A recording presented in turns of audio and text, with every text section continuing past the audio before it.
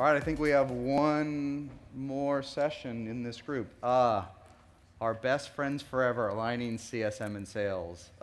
This is a great topic. It's one I think that we're all continuing to learn from. Here's my Zen learning from it, which is impossible. This alignment has to happen. It can be informal up to a point, and then somewhere at least around 4 to 5 million, you almost need a chief MRR officer, which doesn't exist. Sometimes you'll get a chief revenue officer or something, but who owns this middle ground? If sales are closers and customer success owns upsell, how do these folks work together to one large MRR topic? And I don't know the answer. There's no 100% perfect solution, but I grabbed this one funny thing. Maybe someone did this at Pulse, but Dan Steinman did this with me at Dreamforce like 4 years ago for Gainsight. Like, the 4 different types of org charts for customer success. Who do they report into? How does sales work with customer success? I don't know the answers. I want to learn today. But what I've learned, I think, is have a clear model of how they work together. Make sure you have the quant goals like we talked about in the last session, nothing squishy. And make sure this relationship changes at least annually. But let's bring out the panel and learn more. I'm excited to learn more.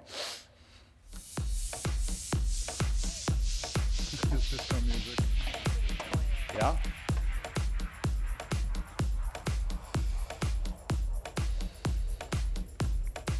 All right. So we know this is one of the later panels of the day. In fact, it might be the last panel of the day. And so you guys can't wait to get back to networking. So we're going to pick up the energy here. Here's why you should pay attention to this panel. The revenue funnel is dead. We live in the era of the revenue hourglass. And if you think about that hourglass, that choke point in the middle is where sales and customer success have to come together. How do you align people? How do you align processes? How do you align compensation, tools? All of those ingredients have to be in place to make that handoff work. And it has to work when you sign on a new customer. It has to work when you're trying to get somebody to re-up on your product. And so we've been able to pull together 3 amazing customer success leaders on stage here today to talk about how they did this. So let me go ahead and introduce them. First up, we have Jen Mingo, SVP. All right, got some fans in the house. I like it. SVP of Customer Success and GTM Operations at Radius. We have Jennifer Kirkland. Man, tough crowd. Senior Director of Customer Success at Conversa. And last but certainly not least, Antoine Valentone, who is Vice President of Customers for Life at Showpad. I think we can all agree that Antoine wins the award for most startup speakish title. So without further ado, each of these 3 leaders are going to take you through their customer success models, kind of the quick 35,000-foot flyby, and then we'll turn it over to more of a panel discussion. Jen, why don't you kick us off? Perfect. So they wanted us to kind of go through, when we first came to the organization, what version 1.0 was, and then talk through kind of where we are now and what's next. So when I first came to Radius, we had one CSM who was doing support, customer success, pre-sales, onboarding. Still not sure how he survived, but everything was reaction, reaction, reaction. We didn't really have a dedicated customer support, so when you have one person doing everything, a lot goes unresolved. And we had no pre-sales engagement that was in a structured capacity, so it was just kind of as needed. Making sure that our customers had the right expectations was not a part of the process. And we really only supported post-sales onboarding and no time pre-sales to really make sure it was the right customer and the right fit for what we were doing. So what we started to do to focus on version 2.0 is we really looked at the roles and responsibilities across the organization. And one of the reasons I came to Radius is because our Chief Operating Officer genuinely believed that the partnership was the most important thing to make our customers successful. So we went through and looked at how, as an organization, we could structure end-to-end a process that was customer back and focused on the customer's needs and their experience all the way from marketing through to customer support. From there, we understood the roles and the skill sets that we needed, and we really focused on hiring. Because for all of you in customer success, it is a very challenging job as you're trying to continue to meet customer demands, make sure they're successful, and every customer is different. They always want your time. Their need is the most important thing to them, while you might be juggling multiple priorities. So I probably spent 50% of my time focused on hiring, and hiring for the culture that we wanted. And I think that's really, really important, and something that warrants really a lot of great focus, because once you get the right team, you can do anything. The next piece is really implement a process and supporting technology. So that's where Gainsight came into place. We had Salesforce. We knew we had marketing to sales covered, but then we wanted to manage post-sales and the customer support side, so it was a full life cycle. And then finally, measure, learn, and adjust. That's really important for us because we're constantly learning and evolving, and if you don't have the right process and people and you're not measuring, you kind of get stuck. So the big thing for us, the lesson learned, is customer success is a journey, like I said, and you really have to focus with a customer-back mindset. What is their experience? What are their needs? What are their milestones? And make your internal milestones transparent. The next thing we're going to focus on is really building for scale, right? You can't continue to be a cost center to the organization, so you have to focus on how you can grow and get to a model where you're contributing margin back to the company. And then also brand and market your experience. So once you get your experience down, it is a valuable asset for any company that drives great customer success. Great. Thank you, Jen. Over to Jennifer for the Conversa story. All right. So I started at Conversa a few years ago, and when we started, we had about 5 CSMs. We have now about 15 in our total organization. That's just the CSM role. That's not counting our technical account managers, our onboarding reps, or our customer service. With our team, the way that we're split now, we're division dependent. So we have 2 different divisions, and we have different customer tiers. So our total CSMs to account ratio depends on who the customer is. And our comp structure is a unique one. So we have a comp structure where customer success managers are being bonused for upsells and expansions. At the same time, our sales reps, our AEs, are also getting comped on those. So we have the double comp component, which is actually really critical to our model. So taking a look at the different stages and the players when it comes to the entire customer lifecycle journey, for us, it absolutely does start all the way with marketing. And a lot of that is because of our critical product, like the way that our product plays a critical role. We actually bridge the gap from marketing to account executives. So with our AI technology, we reach out to leads. We have a 2-way email conversation with those leads. We identify when they're ready for contact. We send them over to sales. So our whole model is to really make sure that we're creating that efficiency and that we're really driving efficiency and we're having that high touch, that high handheld. We do the exact same thing when it comes from sales transfer to our customer success managers. So with this, we actually have implemented Gainsight surveys. In the past, we did a lot through just email templates saying, here are the questions I want you to answer, send me the information. Maybe we would have a meeting. We would talk about what the onboarding plan was going to be. It generally happened a little bit last minute just because salespeople were so busy, CSMs were so busy. We wanted to make sure that we were moving fast, but we couldn't. With the surveys, we were really able to speed that up. So for one of our segments, one of our tiers, we went from 30-day onboarding to 10-day onboarding, and our NPS for onboardings are above 70 right now. So we've had tremendous success with the Gainsight surveys. So that's just the first part of it. The second part of it is really how the customer success manager is a strategic partner. Can you hear me? Mm-hmm. Okay. How the customer success manager is a strategic partner for our customers. With that, we own the entire relationship. So when it does come to the expansion, when it comes to the renewal opportunities, that's all in the hands of the CSM. For really complex strategic accounts where there's really big organizations, we'll absolutely get sales involved and we'll partner up together for those. But with the double comp structure, what we found is that we're able to really drive the relationship. We're able to drive the fact that we understand their business. We're doing what's best for them because we aren't just expansion based. We're actually more primarily percent MRR churn based. So we really care about the overall value. So we want to make sure that we're driving towards that overall just value proposition. You guys have heard it in a lot of other sessions today. And we will only get sales involved when it's really needed, and they really trust us for if we're going to be reaching out to them, and if we need to get them involved, they know that we're doing it at the right point and the right contact. Do I have another? Oh, there's the trust and partnership. I knew I had a cue.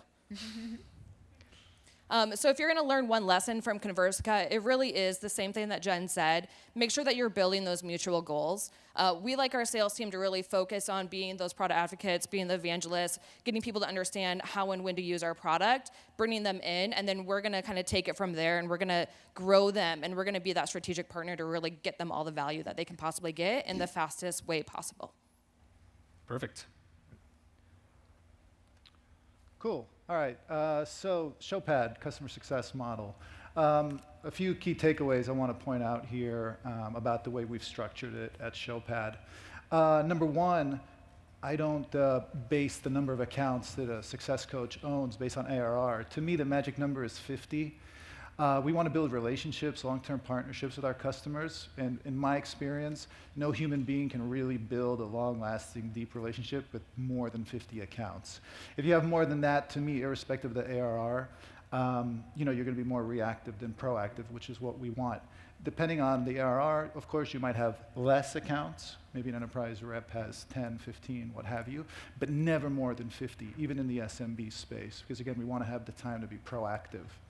As far as partnering with sales, definitely very, very important to our success as a Customers for Life team. Sure, we want to retain customers, and the Customers for Life team plays a big part in that, but we're actually very much susceptible to sales behavior, right? So if sales oversells a customer, sells them 5,000 users when they really don't need 500, that causes a big problem for the Customers for Life team. So we are very well aligned with the sales team that that's not good behavior, right? And they're making sure not to do that type of thing. Also, don't sell something that doesn't exist, right? Don't sell vaporware sales. Sell what we have, right? Never happens, right? Again, because if they're short-sighted in their mentality, if they throw that over the fence to CFL, that puts us on our heels now. How the hell are we going to get customers to adopt something that doesn't exist or that they don't need? So we are very well aligned there. And I understand the behavior, right? I get it. Last year, for about 8 months of the year, I managed both the sales team and the Customers for Life team. So it really, literally put me in a VP of sales shoes. I walked the walk for 8 months and really understood, okay, I get it now. They're chasing quota.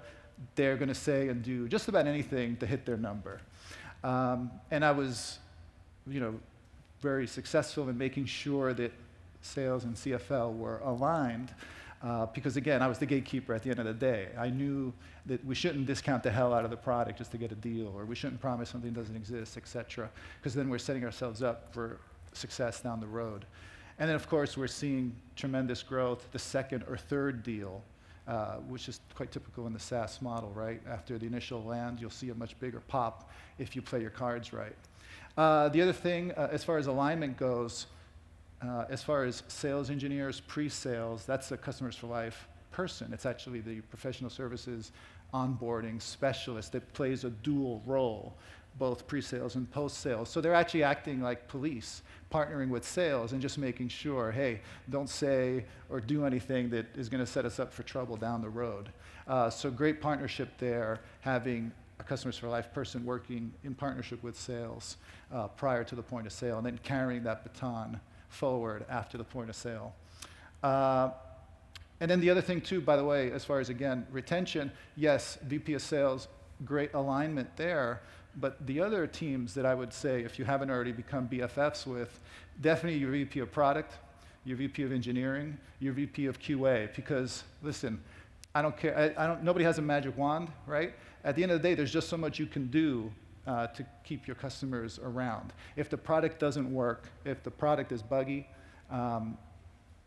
eventually the customer will just leave, right? And that's unfortunate because you're the one that's being held accountable and responsible, and your job is on the line if the customer churns. But again, it's the VP of engineering and QA, again, that are ultimately responsible. So I would say, get to know your VP of product and engineering and QA really, really well. Jason talked about steak dinners earlier. I would say take them to steak dinner pretty often because your fate and oftentimes your pay is in their hands. At Showpad, one of the ways we drive the right behavior is we separate church and state. And by that I mean sales is 100% responsible for anything related to dollars and cents. On the other hand, then, CFL, the Customers for Life team, is 100% focused on just demonstrating value to the customer. Do we want growth opportunities? Can we create those within our accounts? Absolutely, but they are more like trusted advisors, consultants, value partners that show, again, continuous value to customers that will help us get to not just retention, but then growth. And it's very much organic. They're not explicitly chasing dollars. It's more like, oh my God, that's a fantastic new feature. Of course I want that. Can you get me an order form? Please add that to my account. And then we turn that over to sales. So we want to partner with sales, and of course we want to get growth opportunities, but the way we do it is never talking about dollars explicitly.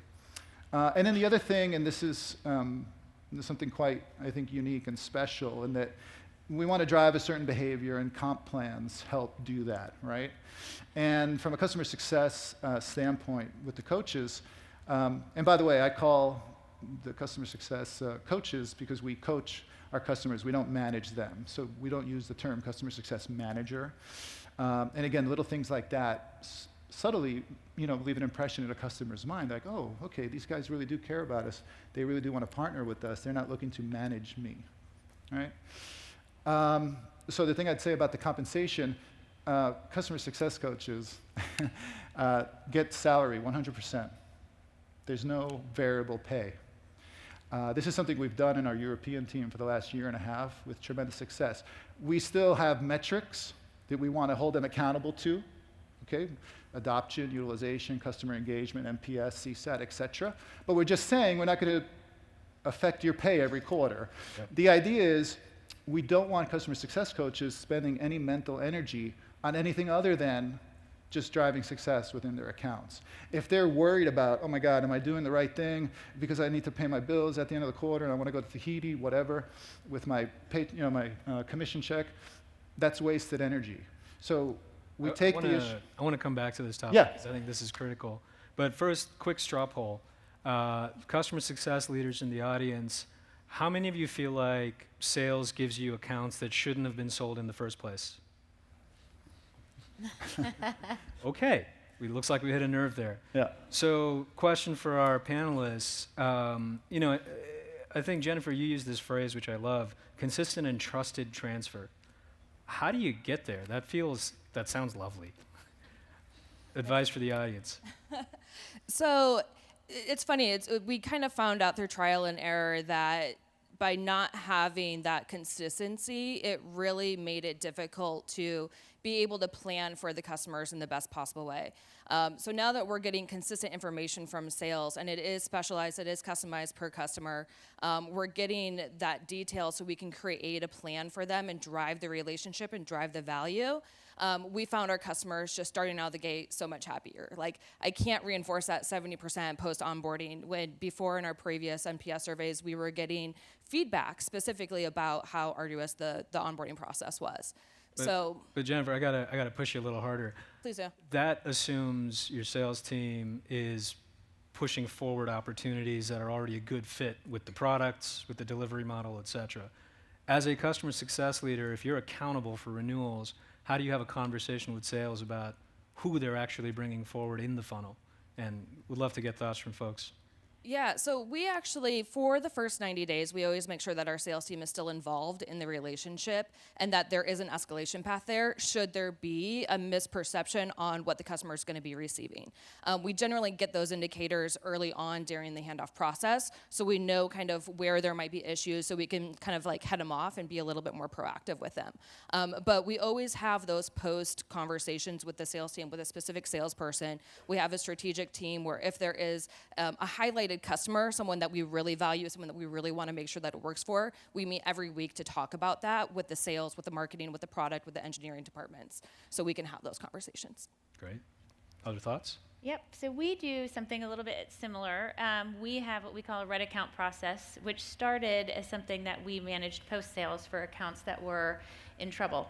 And then we ended up moving that upstream because for us, we're involved pre-sales, and sometimes there are customers where we know it's not the right fit, but at the end of the day, it's not our call from a revenue standpoint whether or not we bring them in the door. But what we can do is similar to what Jennifer does, talk about them early, understand the risks, work with product to see if there's anything we can do in the short term, talk about some things with the customer we can do from a process standpoint up front so that we can make sure that if we do choose as a company to bring this customer on board, we're ready and everybody's on the same page with how we're going to proceed.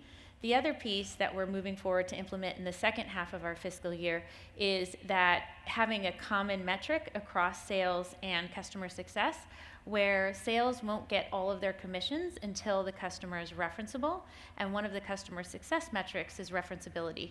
So by having a single shared metric of referenceability across the customers, you're able to really make sure that both sales is incented to get the right customers and customer success is incented to partner up front to make sure that we can still bring revenue over the line that might not be the perfect fit, but we can work together to make them successful. Great. Antoine, steak dinner, and how else do you drive alignment up the funnel? No, really, again, it starts with the executives, the VPs. I'm very happy to say that at Showpad, very much well aligned with the VPs of product, marketing, engineering, sales, and that's it. We push that down, right? We lead by example, and there's no internal energy wasted on silos or breaking down silos or infighting. We're all very much aligned and on the same page, and it's extremely important that we maintain that as we scale. So, we just have casual conversations together, and we all fundamentally believe in that. That's one of the core reasons why we're being successful. And just last slide real quick, and then I'll turn it over to you. The last thing I just wanted to touch upon really quick is, from a CFL standpoint, obviously, we want to retain customers. That's our number one objective, like most other organizations. Of course, we want to help grow customers. But working backwards from there, okay, so how do we help make that happen? Well, you drive adoption and utilization. Generally, people that are using a product are more likely to continue to use it, right? And then taking one further step backwards, or basically where you would start, is, again, the value. And I'm very happy to hear most other speakers today say the same exact thing. You show the customers the value as early as possible for as long as possible, and the renewal becomes like not even a question. Like, duh, of course. Like, I never would ask that question and not already know the answer at T-90, what have you. It's not, are you going to renew? Oh, by the way, your renewal's coming up, and let's talk about how we're going to set you up for success next year and beyond. So always start with value. Makes sense. So, Curious, one question on this alignment question. When you brought up the issue of sales selling a product that's not quite there today or features, I found that happens all the time. I've done it both.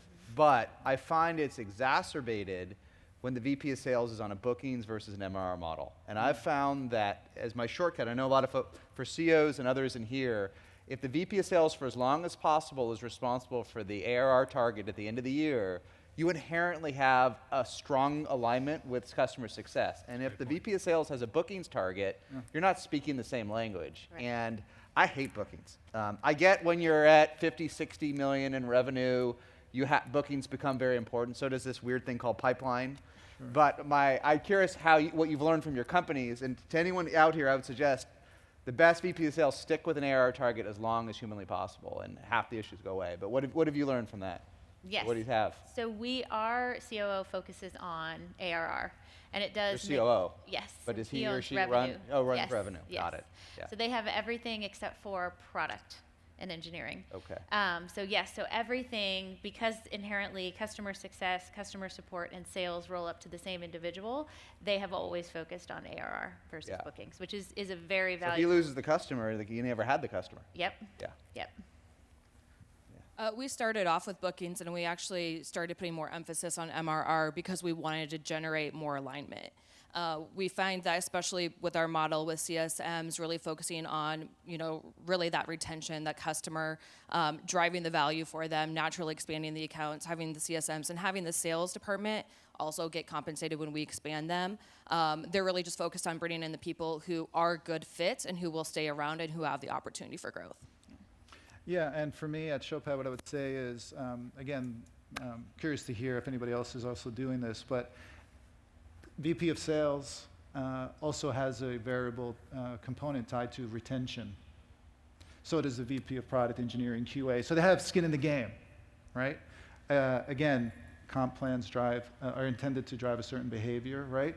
And of course, we hope the best intentions would motivate, but sometimes you do have to tie some portion of compensation to it. So VP of Sales, all other VPs do have some portion of their pay connected to the annual retention rate. And again, because as we've talked about, they have a significant impact on whether or not customers stick around, just as much, if not more, than the CFL team. Totally. So let's push deeper on the topic of compensation and how that ties to alignment. Do your AEs participate in renewals in any way? And for those of you who are double comping, how do you comp AEs versus customer success managers? And I know Showpad doesn't do that, and so I want to hear sort of, in your mind, the pros and cons of not doing it. So go ahead. So the renewals fall with the customer success managers unless there's an upsell or a growth opportunity. So throughout the year, one of the other metrics we have is we look at customer success as a lead generation for sales, and more so around, to your point, they're not commission-based, but when you're a customer success manager, you're a Trojan horse. You're in these customers, you're identifying use cases, and there is inherent value in seeing features that will meet their needs. So we engage sales anytime there's an upsell, and then 90 days before the renewal, if we think there's an opportunity to move to a new tier or expand the account at all, we'll bring them in. But if it's a net renewal, then the customer success manager will own it through. Now their comp is based on a percentage of renewals, not necessarily a commission based on the ARR of the account itself. Makes sense. Other ideas? On our side, the sales team, our AEs, are commission-based, and our customer success managers, they actually have a bonus. So it's a 10% bonus based off of a team goal, where the team goal is 50% expansion as well as 50% the retention rate, MRR retention. So it's split in that way, so that way we're really making sure, like I said, that we're focusing on the value that the customer is getting from our product. We never want to get in a position where, as a CSM, they're feeling pressure to try to drive up the revenue for an account. That's not what we're about. We're really about just driving the value, and if an expansion is part of that, that's a win-win for the entire department. On the renewal end, that is owned by the CSMs. There may be points where we have large, complex organizations where we can reach out to multiple departments and we can kind of roll in an overall grouping, in which case we may get the AE involved. Or even vice versa, because we have such a strong relationship if we need an assist. So if we feel as though they may not get to that point where they want to renew and we find that out early on, the sales team will come in and help us out, because I know that we don't just rely on it because, we don't want to talk about price. We're able to have those conversations, but it's really just strategic as a company. We need the additional help. Yeah, again, for me, the success coaches own the renewal.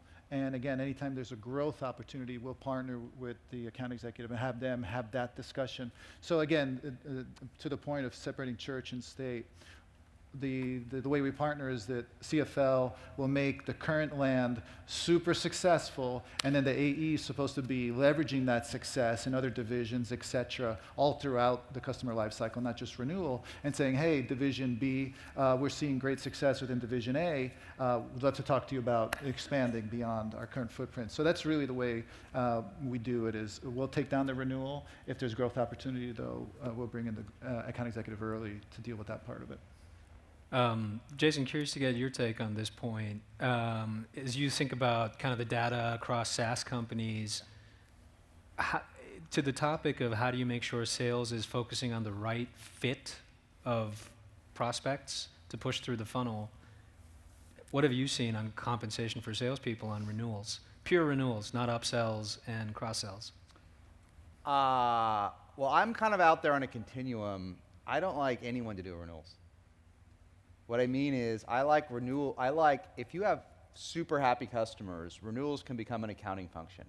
And in fact, I like upsells that are the best when they have nothing to do with an annual renewal cycle. Now, having said that, many of us, the world works a certain way, and many folks are comfortable picking up the phone 60 days with renewal. And more importantly, many customers are happy to have that conversation annually. So it's nutty. But if you want to maximize customer happiness, I like having upsell having nothing to do with renewal, accounting literally, or whatever function you want. It's an accounting function. And customer success is super aligned in it, but only when issues happen. Only when you get to T-minus 60, T-minus 30, and they jump in. And hopefully, they're having quarterly on-sites. They're having all these check-ins. And I love it when the upsell has nothing absolutely to do with day 365 or 730 or whatever the math is. Yeah. So if you can do that, then you don't have to spend all this money on renewals. And then you can put that money into other places rather than have everyone associated on something that actually doesn't make the company any money, because this is ARR, it's supposed to recur. And if I'm spending vast amounts of money just getting my head back above water where it already is, I'm doing a disservice to my limited amount of resources I have in the company. Yeah, and the other thing I would say to that is, I absolutely agree with you, by the way. I think the nature of the agreement plays a part in that, meaning if you have auto renewal as part of the contract, it can be very much, very automated. But if you have to repaper customers, if you need their consent, as opposed to them makes it opting harder, out, et cetera. So definitely agree, again, depending on the nature of the agreement. You heard it here, folks. This is the bar, automatic renewal. I think we have time. Do you have customers that have an NPS over 60 that don't renew? I mean, it happens for budgetary issues. Sure. But if you manage the process, they're all going to renew, aren't they? Like almost 100%. Yeah, you want to pay an AE a commission on that deal? We don't. So I think we have time for one more round of comments. Here's my question to you guys. If customers, we've heard consistently from across the panel to separate church and state, to not have customer success managers on a commission structure. Conversely, you're all being very successful, encouraging your customer success managers to look for upsell, essentially work the account, and then hand it off to sales. How do you drive that culture? How do you enable and push your customer success team to make that happen? I think for us, to your point, if we focus and identify opportunities for upsell throughout the life of the contract, the renewal does become a non-event. Because when they do that upsell, they are moving into new terms and extending their contract for another year. So that's really how there's a big incentive there. And at the end of the day, we're also all shareholders. So while we may wear the customer success hat and we may have our own personal goals and objectives, we want to grow our customers, because growing customers are happy customers. And I think as long as you make that experience transparent to the customer, and it's not like, oh, here's your handoff back to sales, it's here's the process, you want to move to this new feature, you have the discussion. I think everybody just the flow just happens. Yeah. Makes sense.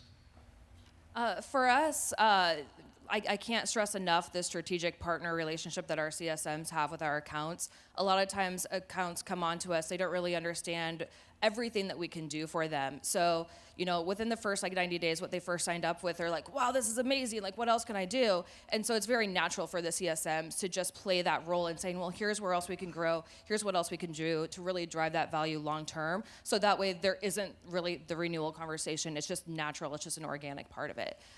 So it's actually our CSMs just really like making our customers happy, and when they can give them something that can make them happier, they just want to do it. Yeah, and if I can build off of that, I think it boils down to hiring right. The people that work on our team as customer success coaches, it's in their DNA. They look at themselves in the mirror at night and go to bed feeling good about themselves because they made their customers successful. They show their customers value. And that's enough for them to feel like, yeah, I'm getting rewarded. As opposed to, again, for a sales perspective, oftentimes, as it should be, is very much tied to, hey, did I hit my quota? Am I a member of the Quota Crushers Club? Whatever. It's associated with dollars. So I say, as a hiring manager, make sure you're hiring right. Vet out your candidates. Make sure you get people with the right DNA that are doing it because they want to, not because you're asking them to. All right. Well, if you walk away with two big ideas that came up from every panelist, separation of church and state in some way, shape, or form, and hiring for authenticity in the customer success team. I hope you'll look for our panelists in the crowd tonight at happy hour or whatever else and talk to them about hiring specs. Thank you guys. This was a great conversation.